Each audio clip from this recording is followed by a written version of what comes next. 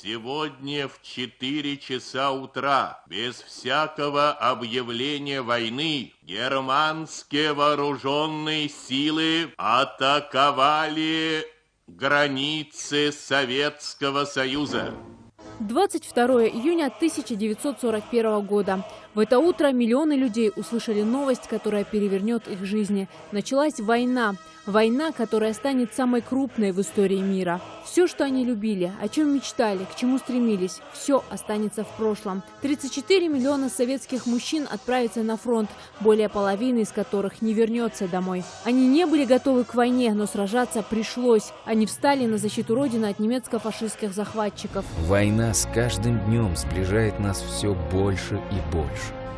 И до самого последнего дня надежда не угасает. Ведь когда-нибудь наступят времена, когда все войны закончатся, и наступят солнечные дни.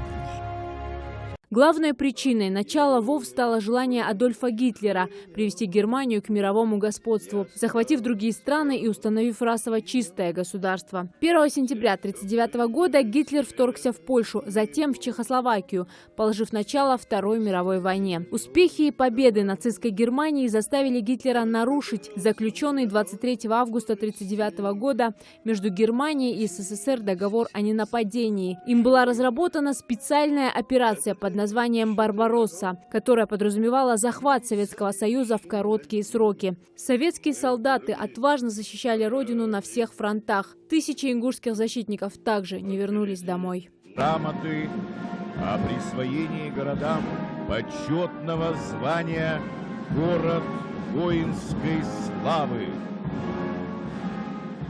Слава покрыла не только судьбы отдельных людей, но и позволила со временем обрести почетный статус целым городам. Звание города воинской славы впервые зазвучало в 2006 году, как и сегодня, в День Победы. За 10 лет в стране появилось 40 таких отмеченных на карте городов. Указом президента страны в первой десятке оказался и наш Малгобек. Во время Великой Отечественной он 14 раз переходил от одних сил к другим. Малгобекская оборонительная операция стала одной из крупнейших битв на Кавказе. За город нефтяников погибло более 120 тысяч советских солдат и офицеров. Дети, женщины, старики трупы собирали. Очень много улегли, но победу выиграли. Победа выиграли. Без потерь война не будет. 4 года войны, а значит 4 года боли, голода, потерь и ужаса.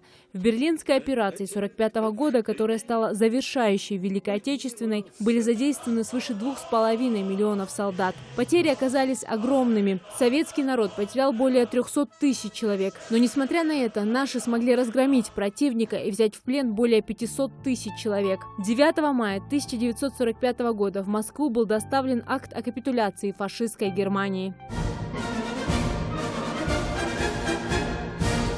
А первый парад Победы на Красной площади состоялся 24 июня 1945-го. Впереди сводных полков шли командующие. Герои Советского Союза несли знамена прославленных частей. День Победы был и остается одним из самых почитаемых праздников, как в России, так и в странах СНГ. Нет в России семьи такой, где б не памятен был свой герой, и глаза молодых солдат с фотографий увядших глядят.